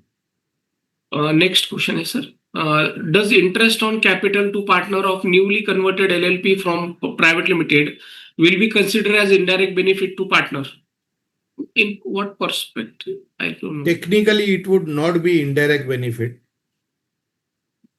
because all the partners would be taking and it's allowed under Partnership Act. LLP agreement should very clearly speak about. Private limited company converted to LLP, all 7 conditions of section 47 13B. 13B are satisfied. After completion of 3 years, any other safeguard needs to be taken before capital withdrawal by partners. Also, 3 years period is to be considered from date of conversion or 3 years financial year after date of conversion. Here the law is vague. It says 3 years from the date of conversion. Okay.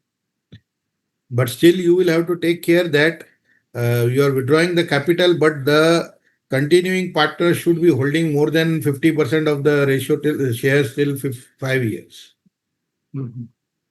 What will be turnover of a company where the company is trading in shares and securities, especially where the company is accounting profit on sale of shares as income in statement of profit? I don't think it has any effect. It is on the accounting policy that you are following. You can continue that same accounting policy. LLP doesn't bar you from doing It does that. not. Yeah, right. Only thing is, if you are converting for trading of shares, then you may have to register that LLP as an investment company with minimum 2 crores of capital. If partner, next question, sir. If partner not withdraw any amount from accumulated profit within 3 years, then whole accumulated profit will be tax free in the hands of partners After 3 years. years. Yes. Not likely in company. Yes. If no capital asset, next question, if no capital assets but reserves and investments, then can we proceed with conversion to derive benefit of withdrawal of reserves? Yes, the only thing is you will have to wait for 3 years. Whether the profit after tax of the LLP can be withdrawn by partners in the profit sharing ratio. Yes, so it is as good as a partnership. Whatever you do in a partnership, you are allowed. Yeah. Next question, not clear on the provisions of presumptive taxation for LLP. Will you please explain once again? It is again. I said both the presumptive tax provisions 44AD and 44AD are not applicable to LLP. Expressly, the LLP has been kept out of the purview of 44AD and 44ADA. So presumptive tax provisions are not applicable. Will preconditions of section 4713B apply on conversion if no capital assets with the company? Can one proceed with conversion ignoring sales and assets 5 crores if no capital asset is with company? See, you can proceed. As I told you, the judgments are also there in your favor that even if there are capital assets or assets, they will be treated as book value. But these are only judgments. They are liable to scrutiny, higher scrutiny. On conversion plan of the company will be continue to the LLP or need to be applied afresh? New PAN has to be taken. New PAN has to be taken because status changes. Yes. This dichotomy happens when you convert a firm to LLP. Many people continue it, but technically that is also wrong. How deferred tax asset created due to MAT shall be transferred from company to LLP? If DTA is not transferred to LLP, then condition 1 will not be met. All asset to be transferred before conversion to LLP. In that case, what should be done? Since you are planning to convert, so you know that you will not be taking a MAT credit, it's better that you write off before the date of conversion and then you transfer. Sir, same applicable if I have any asset, personal asset in books, and Yes. that I don't want to transfer to the LLP. Withdraw it prior to conversion. Yeah, prior to the date So of I said conversion. very clearly earlier also that if you don't want to do it, please do it everything. Even if one shareholder doesn't want to continue, please transfer his shares earlier. Yeah, perfect. If salary to partner is credited at 31st March 26, then TDS to be deducted and paid by 30th April 2026. Right. Yeah, the TDS provisions are same. See, there it does. Only why I highlighted this was because it is a new provision and there was some confusion. Right. So I tried to clarify, and Yeah. this is the second maximum time allocated by me on this, apart from conversion. What about ROC compliances if converted mid-year? See, end of the day, company, you have to do the ROC compliances, AOC and all, because up to the mid-year, the company was there. And then LLP, all Form 8 and Form 11, only two forms are to be filled. One is on Form 11 goes on 30th May, Form 8 goes on 30th of November, 30th of October. So these two dates you have to remember. In financial year 20, one next question. What is the turnover limit for audit under LLP Act? The LLP Act says a turnover limit of 40 lakh rupees or the capital contribution over 25 lakhs. That is for statutory audit, no? Statutory audit under LLP Act. Yeah, right. Next, in financial year 2025, private limited company converted 90% of reserves into equity capital by issuing bonus shares. Thereafter, in the same financial year, private limited company is converted to LLP. Can LLP resort to capital reduction by allowing partners to withdraw from fixed capital, which is equal to share capital in private limited? Technically, we will have to look at the nitty-gritties because yes, capital, if you are converting, you can withdraw the capital. There is no bar on withdrawing the capital, actually. Okay. There is no bar. There was a case of Kerala tribunal somewhere in 2012 where the partners had done that they made it such a way that they withdrew it in the profit sharing ratio, the accumulated this thing. The capital, they said capital, but the tribunal held that this is only a window dressing and it would be a non-compliance of 4713B. Next question. What are the consequences if one of the partners retires from the LLP within 5 years? As long as the remaining partners continue with 50%, there is no consequence.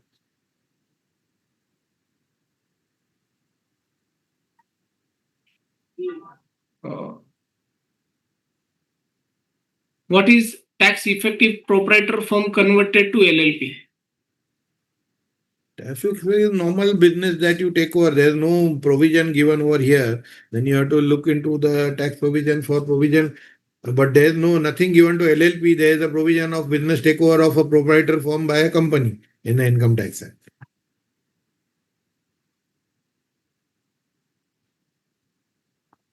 Again, general question: stamp duty liability if immovable property involved.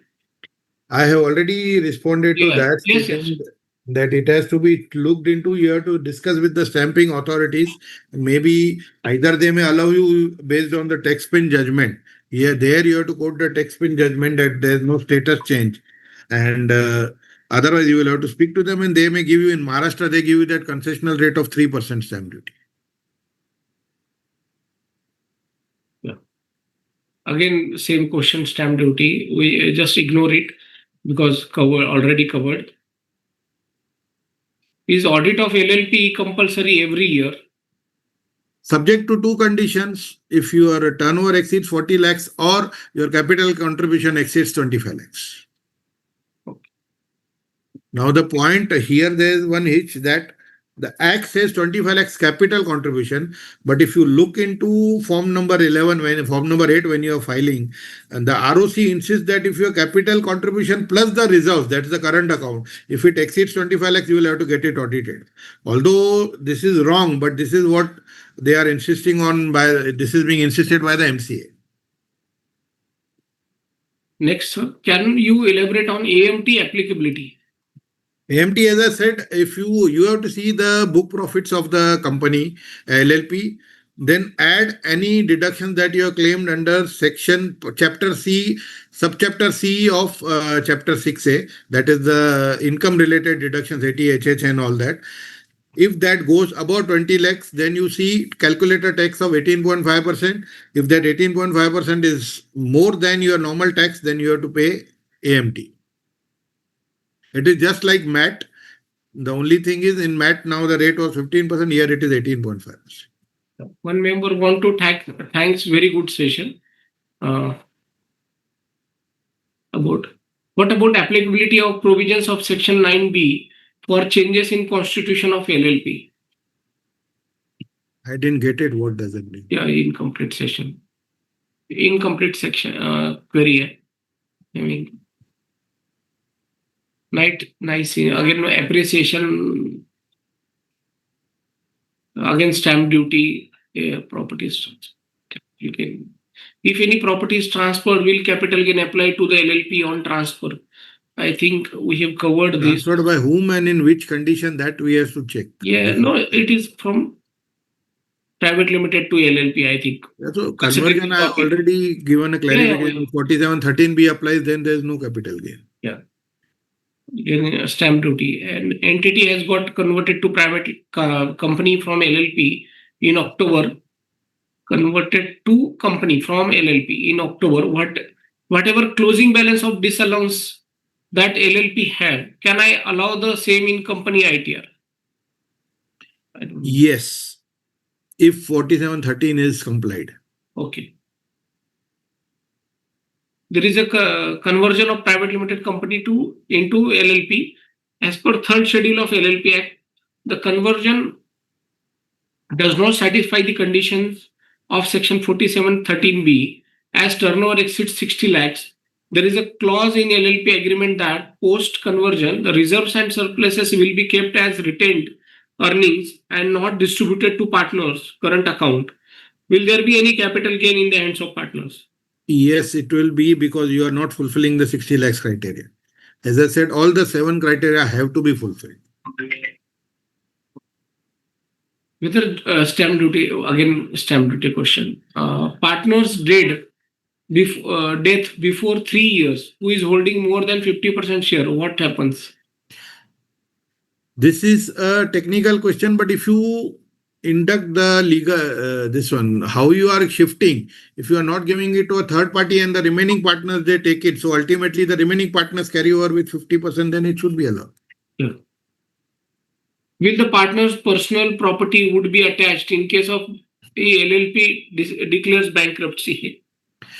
There are two conditions. In case of winding up bankruptcy, yes, because as I told you initially also, the taxes are there, but then it depends. Normally it should not be in case of a normal bankruptcy, but if any tax dues are pending, then it may be attached. Or if the bankruptcy is because of the negligence of that particular partner, then it may be attached. Next question. If company wants to convert to LLP and it does not have any capital asset, then does it still need to comply with the conditions of section 4713B? The company has only reserves, investments in mutual fund, bank and cash. But the investment in mutual fund again is liable to the valuation, fair market value 50D. Cash and bank, had it been, it's okay. Then you can go by these judgments and not a problem because book value is there. Can foreign company be a partner? Yes, you have already replied to this. There is a conversion of private limited company to LLP as per third schedule of LLP Act. The conversion does not satisfy the conditions of section 47(13)(b) as turnover exceeds 60 lakhs. I think it is a repetitive question. This we have taken up. Yeah. Please share the presentation. Yes. Stamp duty. Whether we will have to pay stamp duty. Suppose LLP converted into private limited, we will be allowed to carry forward losses of LLP in income tax in private limited. If so, please tell me the procedure to do so. What is Suppose, the to carry it over in the books? What is the procedure? Yeah. Can a foreign company be a partner and earn royalty? Yes, there's no bar. The only thing is tax incidences. You will have to look and at the double taxation for the tax bracket. In case of section 47(13)(b) conditions, on condition is that all shareholders should become partner of LLP. Does these partner shareholders include preference shareholders also? Yes. Yes? Yes. Okay.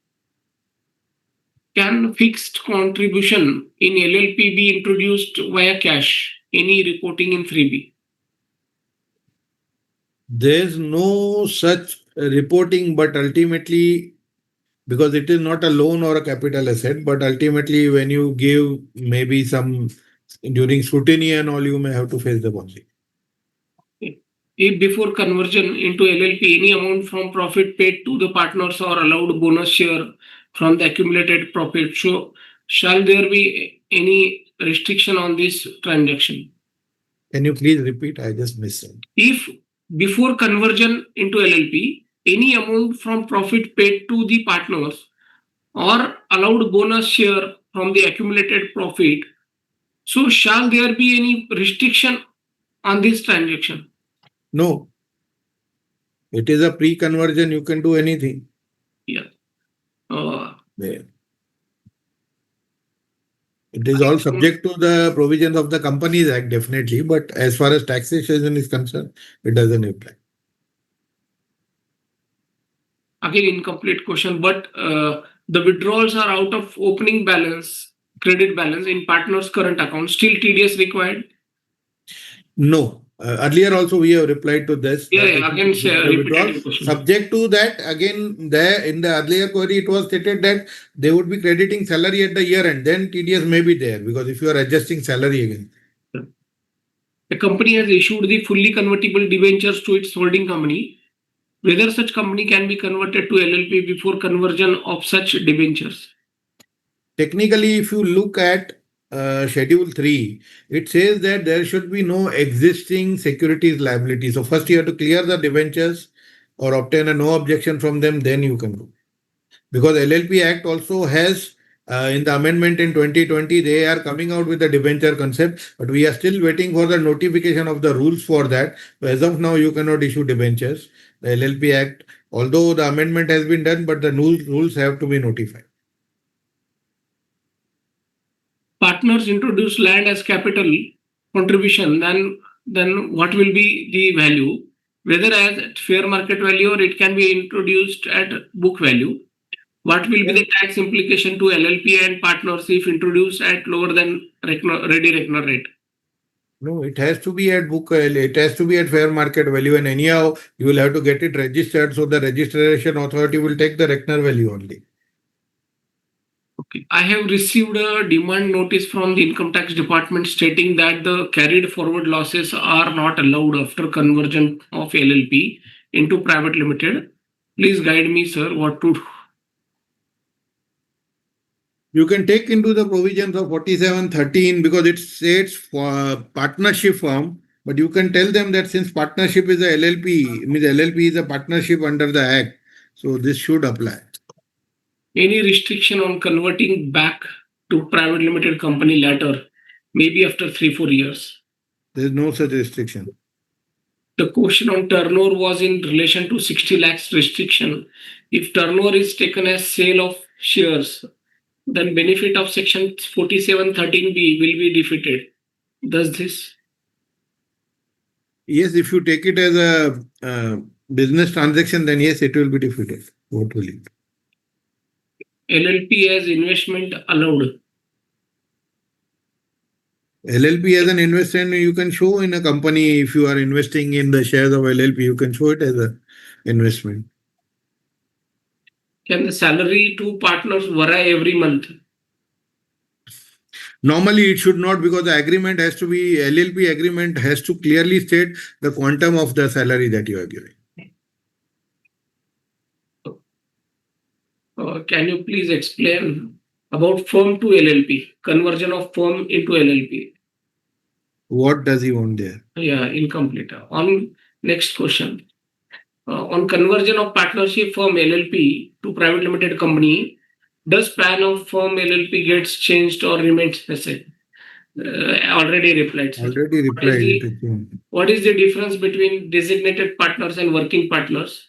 Whether remuneration paid to designated partners attracts the limit specified in section 40B of Income Tax Act, if not the working partner as per the partnership deed. The first thing is, if he is not a working partner, then the deduction itself would not be allowable under 40B. Because 40B clearly said it is to be paid to working partner. As far as the differentiation between designated partners and working partners is concerned, if you practically, now I am just shifting to the LLP Act. If you practically see the LLP Act, the role of the designated partners is only of responsibility. They don't have any rights. Responsibility to ensure that all the statutory compliances are done, including returns filing, ROC returns and all that. So the agreement has to very clearly state working partners, and in the partnership in a LLP, all partners by default become working partners if nothing is stated in the agreement. But then you may have face issues in 40B. So you have to mention who will be the working partners, what salary they will get. They may be designated partners, they may not be designated partners. Normally, if you just ask a partner to be a designated partner only, he may not like to become.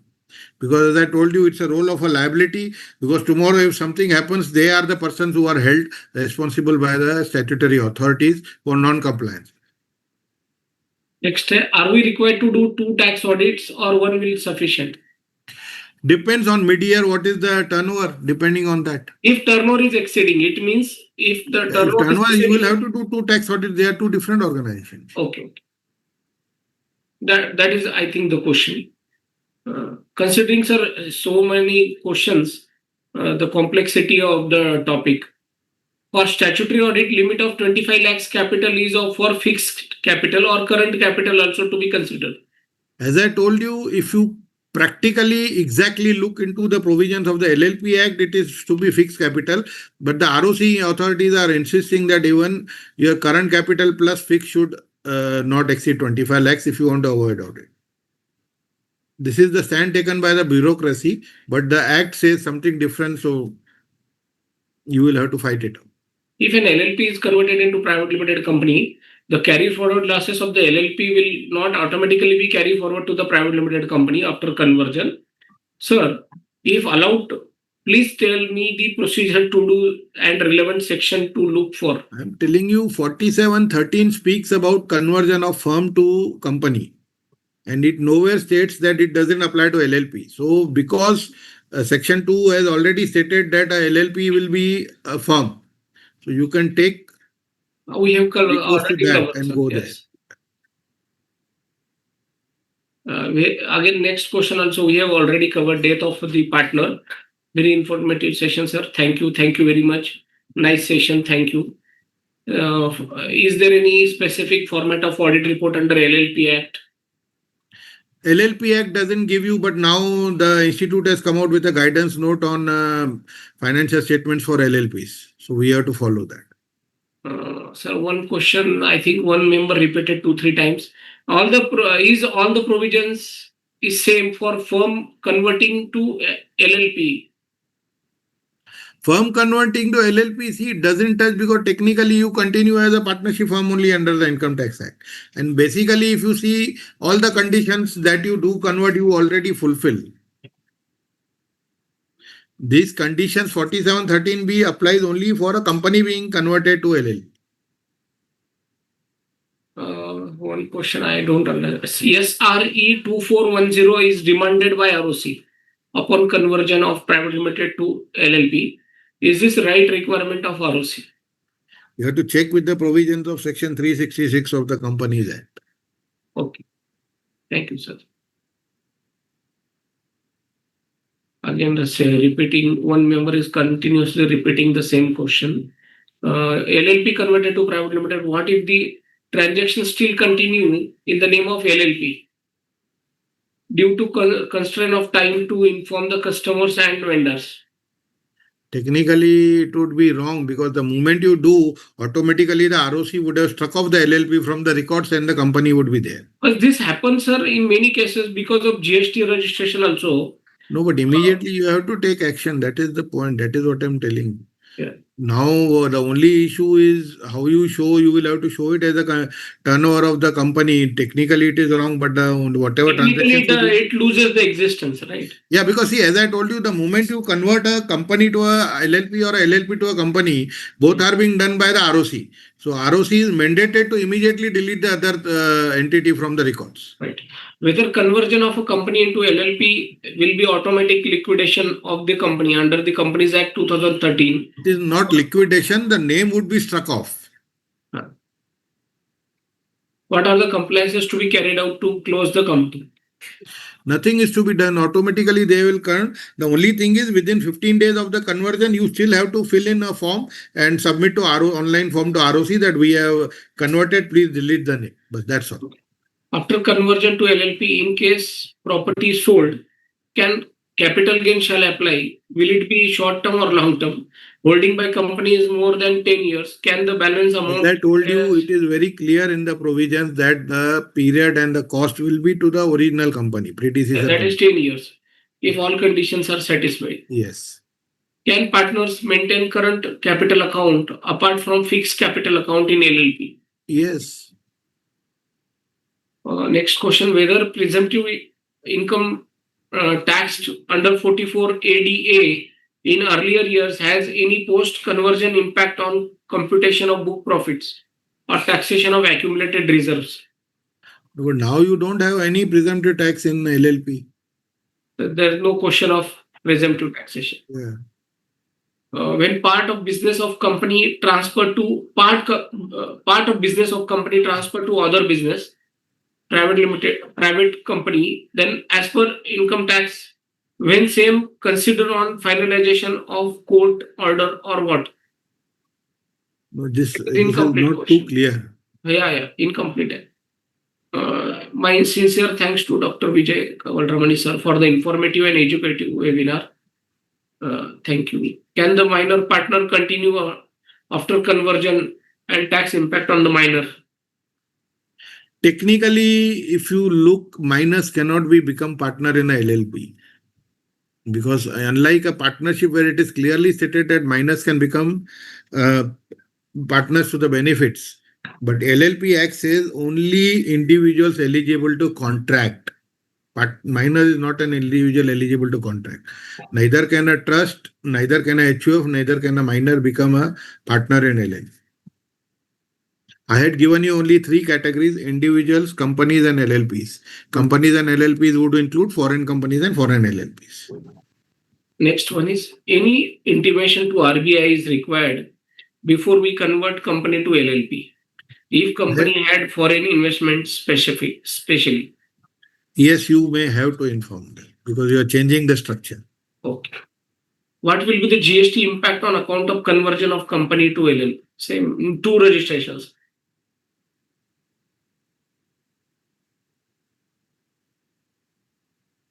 Yes, sir. Contracts entered into with LLP once the conversion happens to company, should these contracts be revised along with appropriate payment of stamp duty again for registration of contract? You have to just prepare an addendum stating that henceforth the name would be read as so and so instead of company. Simple. Sir, thanks a lot. Thanks a lot, sir. I think first time we have covered all the queries of the members. These are more than 160 queries. we have covered as of now. Just I give my closing remark. As we come to the close of this enriching session, I take this opportunity to express my heartfelt gratitude to our expert speaker, CA Dr. Vijay Kevalramani sir, our esteemed respected chairman, Piyush Chhajer sir, vice chairman, Vishnu Agrawal sir, and most importantly to all the enthusiastic participants from across the country.